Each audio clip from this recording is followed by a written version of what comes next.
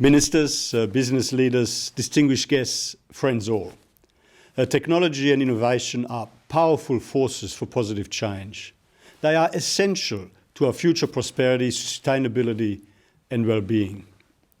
We are witnessing a massive digital transformation sweeping across the world and significantly accelerated, of course, in the course of the pandemic and its impact on consumer behaviours and business operations.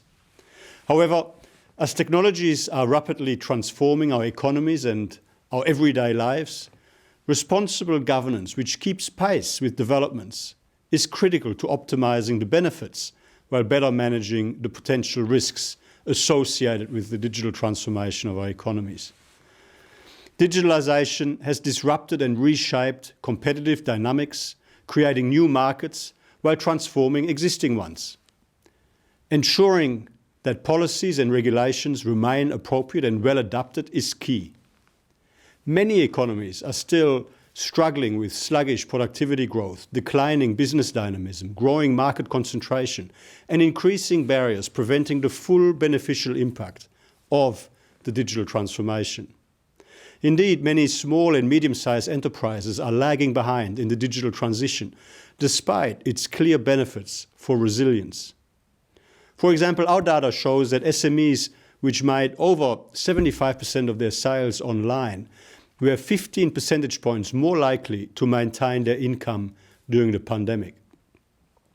We need to promote policies that can help seize the benefits from the digital economy. More universal access to high-quality digital infrastructure, appropriate digital skills, including by reskilling and upskilling those at risk of being left behind. Policies to boost connectivity, technology diffusion, SME digitalisation, cybersecurity, as well as appropriate arrangements for taxation, competition, and of course, digital trade. This includes the need for sensible policies to facilitate cross-border data free flow with trust. An increase in digital connectivity between two countries leads to increased export of goods and services. Digitalisation also facilitates border processes, reducing the cost of doing business when border processes are automated. Gains from digital trade are also realised across all sectors of the economy and for countries at all levels of development, benefiting smaller firms and women entrepreneurs in particular. Whether you're trading carrots, cardigans, copper, household appliances or laptops, whether you are a firm in London, Paris or Nairobi, digitalisation has the potential to help increase your exports. We also know that digitalisation and digital trade have been essential in helping people deal with the consequences of the pandemic and to ensure a collective and speedy recovery. Digitalisation allows for new types of trade. It enabled workers to work remotely, even across borders, and deliver their services digitally, while facilitating access to goods and services during lockdowns. That being said, these benefits and opportunities are not automatic. Our restrictiveness index on digitally enabled services shows that the global regulatory environment for digital trade has actually become more, not less restrictive since 2014. This means unnecessarily higher costs for businesses and consumers, and it means limiting access to greater economic opportunities. We need to reverse this trend and unleash the full benefits of the digital transformation, while of course appropriately and efficiently mitigating any risks. This requires a strong, coordinated policy response across a range of policy areas. Our response must also reflect and embed a set of core values rooted in protecting human rights as well as championing democratic values and open markets. International cooperation and coordination are key to both the implementation of standards to underpin the architecture of the digital economy and to develop the principles that drive trust across communities, sectors and jurisdictions. Coordination on policies related to data is a key example, as digital trade often goes hand in hand with cross-border data flows. Our experiences in recent years have underscored the growing importance of data as a multi-purpose resource that can generate significant economic and social benefits when shared across organizations, sectors, and international borders. However, the increasingly pervasive transfer and exchange of data across borders has amplified existing concerns. These include issues around privacy protection, digital security, national security, regulatory reach, competition, and industrial policy. As a result, and as shown by our analysis, we see more and more regulation that conditions the movement of data across borders or regulation that mandates data to be stored locally. The emerging patchwork of rules and regulations is making it difficult to effectively enforce public policy goals, such as privacy and data protection, across different jurisdictions. It is also inhibiting firms' ability to operate across markets, affecting their potential to internationalize and benefit from operating on a global scale. The OECD has been at the forefront of international standard setting in the area of digitalization of the global economy, helping to level the playing field. We are the home of landmark standards on artificial intelligence, on privacy in the digital economy, on data governance, and on consumer protection in e-commerce.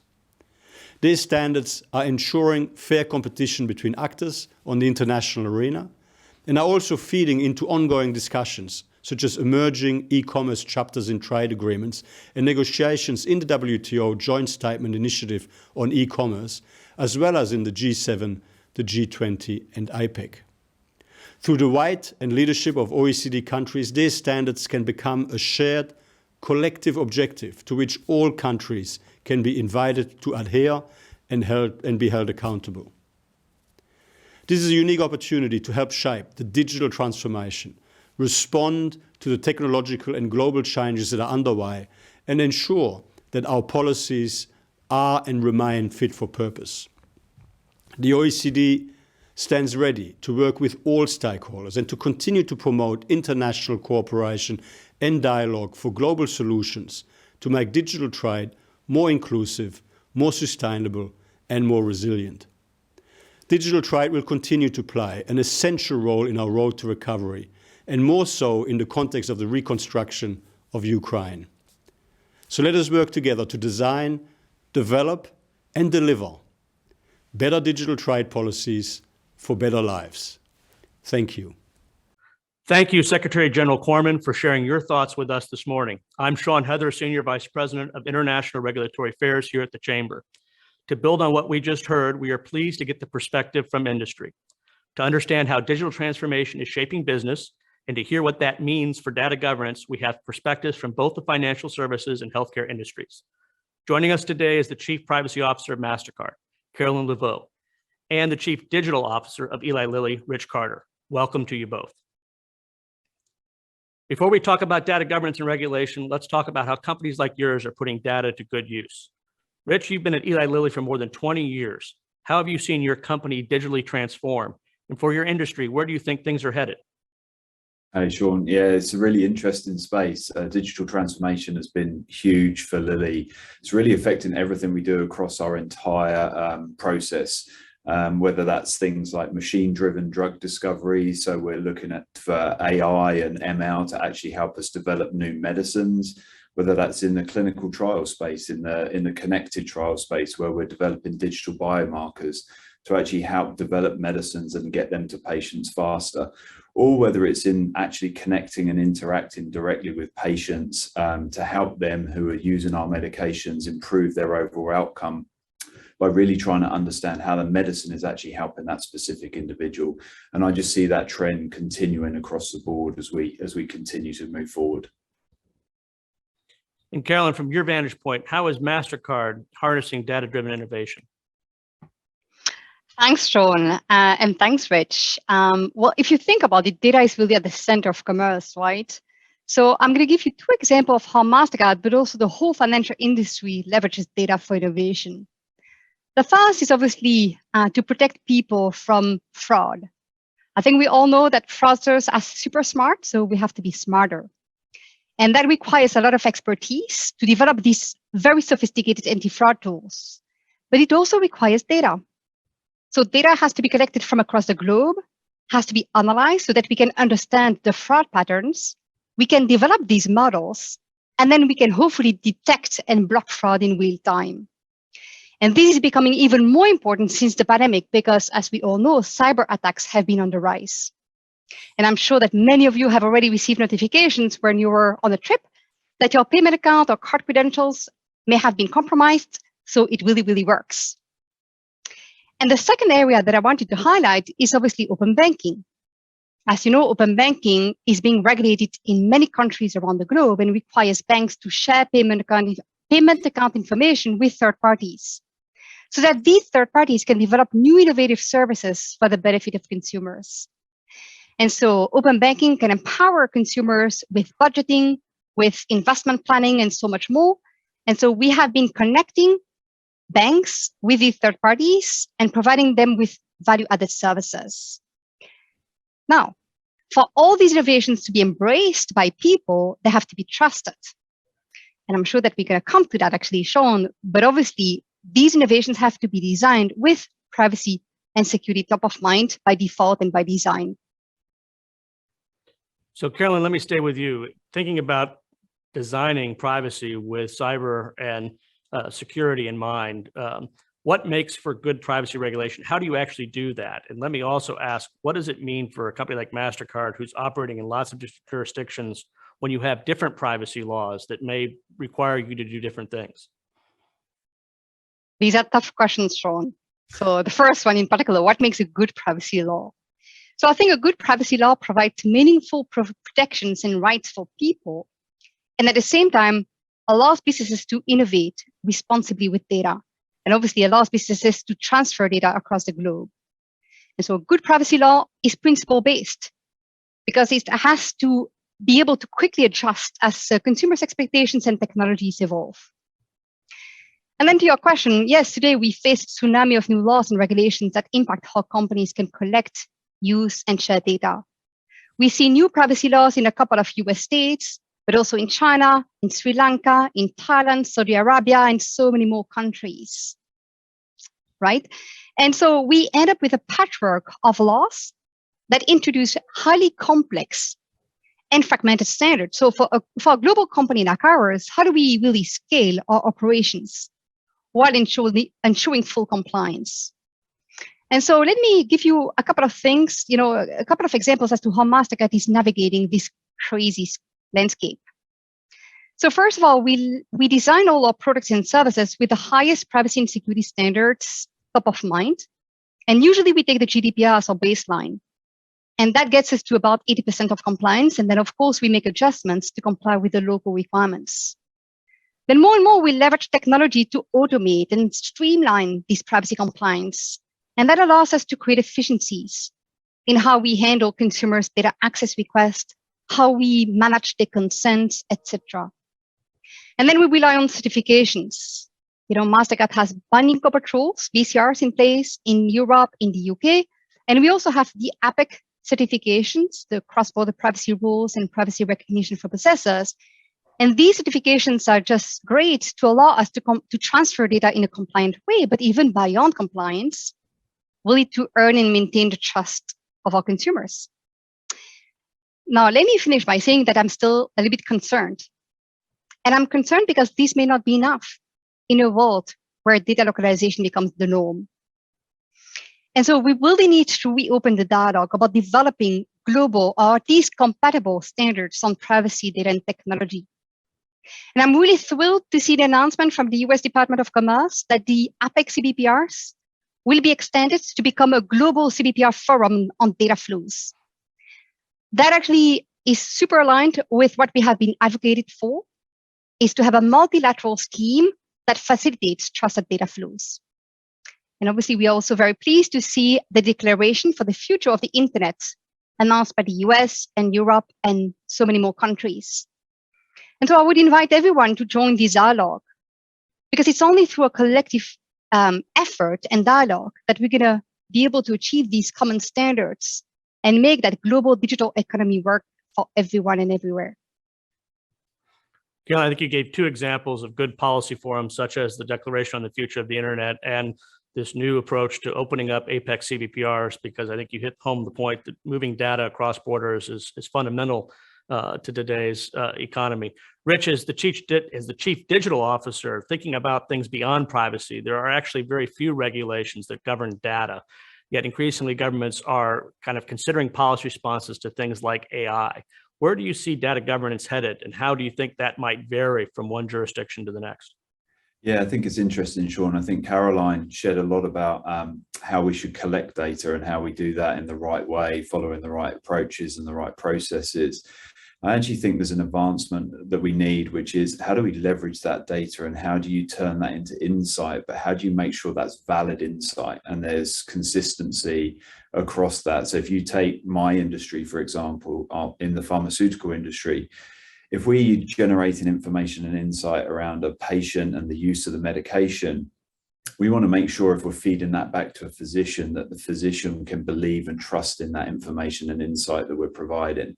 So I think there's not only standards in terms of how do you actually collect and collate this information, but then how do you actually validate that and how do you validate the output so that the person, the organizations and all of the stakeholders that want to use that information believe in that source, believe in the data, and there's consistency across so that if it's coming from different parties, the output is the same or accepted in the same way. I think that's an evolution that we need to get into and start to understand how we collaborate across things like that piece, as well as just safely collecting, storing, and then using the information appropriately. Well, I'd like to get both of your perspectives on regulators and the role of regulators. Do you all think that regulators are well equipped to regulate the digital transformation we see happening in the economy? I think, Sean, on my side, I think we work obviously very closely with the FDA, and I think there's good partnership and good collaboration there as things like software as medical device become more prevalent, as digital biomarkers become more prevalent. I think what we're seeing is a need to actually collaborate and work together to understand both what's possible and what's feasible, but how we actually do that in the right way, how we ensure patient safety, certainly in my industry, and really partner and get around the table together, because things are emerging so quickly that without that dialogue, it'd be very difficult to actually use the information appropriately, use the tools that are now available to us to actually deliver improved patient outcomes. So I think communication and collaboration is going to be a very important part of moving forward. And Caroline, do you think that the regulators are asking the right questions before they regulate? Obviously, there's a lot of financial services regulators, not only in the United States, but around the world. With these conversations in fintech and the like, are they asking the right questions? That's a very good question, Sean. So let me first say that it's a new space, right? And it sometimes feels to me that it's like we're building a new plane, but fixing it and flying it all at the same time. So a little bit uncomfortable. And so what regulators are we talking about first? Because, in our world, we have obviously data protection authorities, as long as we are dealing with personal information, but we also have sectorial regulators, central banks or financial regulators. Then you have consumer protection agencies, antitrust regulators, soon AI regulators, right, Rich? So no one is going to be able to solve this by their own. And so in order to, first of all, ask us the right questions and then actually hopefully find solutions to these complex privacy, security, and ethical challenges, to which point they're going to have to work together. And we're going to have to find a governance mechanism so that the decisions are being made while taking all these different perspectives into account. And I would like to add one more thing, is that it's also going to be crucial to involve experts across a diversity of disciplines: law, security, but also technology, psychology, ethicists, economists, and maybe so much more. And involve experts also from different cultures. This is all going to be required if we want actually to find solutions to these complex issues. So it sounds like getting all the right people around the table for this conversation is part of the answer. Both of you touched on this earlier, which is the importance of kind of finding that right balance between regulation and innovation. Do you find that regulators are striking that right balance, or do you think regulators are struggling to find the right balance? I think it's an evolving space. I think I think over time we'll get the right balance. I think there's many different players in the health space right now who are really trying to move forward and drive advancement in capability. You saw in the pandemic the speed with which new medicines and vaccines were delivered. And I think there was really good dialogue there in order to do that, really good partnership. I think we need to sustain that dialogue and that partnership to advance those agendas and really come together. When some of the why, the momentum from something like a pandemic dissipates, I think we need to continue to work together in that way and really continue to drive and advance the agenda, but balancing risk at the same time. Does innovation look different from your? Go ahead. Yeah, look, I want actually to echo what Rich has just been saying. And I'm wondering whether we could also explore how regulatory sandboxes could play a role here. You know that regulatory sandboxes allow companies to test their new ideas, their innovations, new technologies in a safe and controlled environment while receiving guidance from regulators, hopefully across different countries and disciplines. And so these sandboxes offer multiple benefits. You know, they're allowed to uncover new challenges that then can be addressed. But also new opportunities that may lead to more innovation. And then these sandboxes allow to bring regulators up to speed on new business models, new technologies, and could be actually a very useful tool to rebuild the trust between regulators and industry. So we're seeing a couple of these regulatory sandboxes in some countries like the UK, in Singapore. It would be great to invest more in this space because I think it's going to be crucial to strike the right balance between regulation and innovation. So, Carolyn, I think you've hit on a couple of times the importance of trust. What do you think, in particular with these regulatory sandboxes that are now emerging as a best practice in several jurisdictions, what could regulators learn from industry?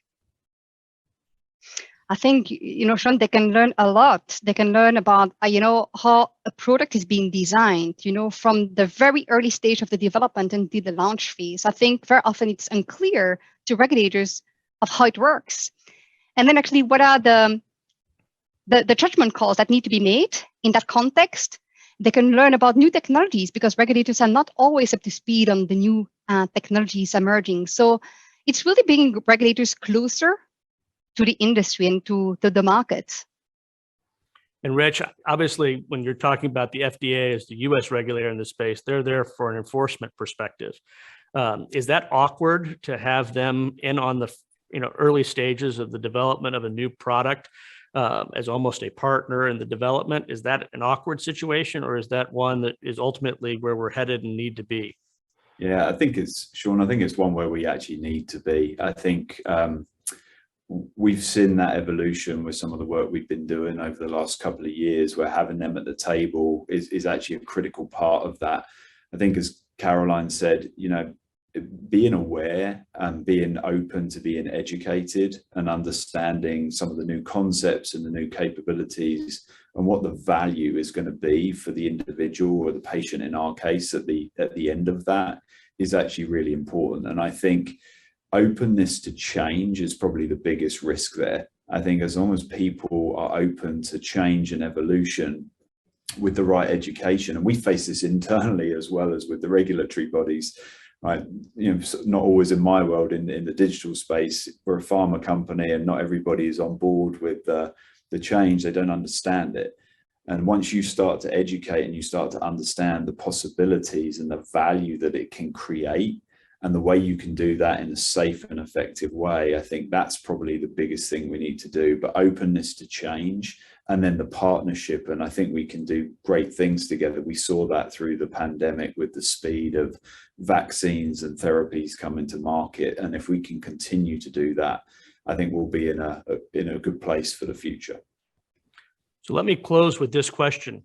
In both of your opening kind of sets of comments, you talked about the fact that there are multiple jurisdictions leaning in on these issues. So how important is it for regulatory cooperation when it comes to these issues among jurisdictions? I'm happy actually to answer this one, and I'm sure that Rich has a point of view as well. Look, it's critical. It's a must-have. I think there's not even actually a choice there. Data is global. It has no frontiers. It's our new reality. So it's going to be absolutely critical for regulators across jurisdictions to work with each other. And actually, I would add across sectors, etc. But I think you heard that. Rich, I'll give you the final word. Yeah, I think I would echo everything Caroline just said. I think, data is the individuals, and as individuals travel and move, the data needs to move with them, and they own that. So I think she summarized that perfectly. Well, I want to thank you, Carolyn and Rich, for both of you sharing your views today. And again, want to express our appreciation to the Secretary General for kicking off this discussion. Next up is our segment on delivering sustainability, resilience, and development. Thank you.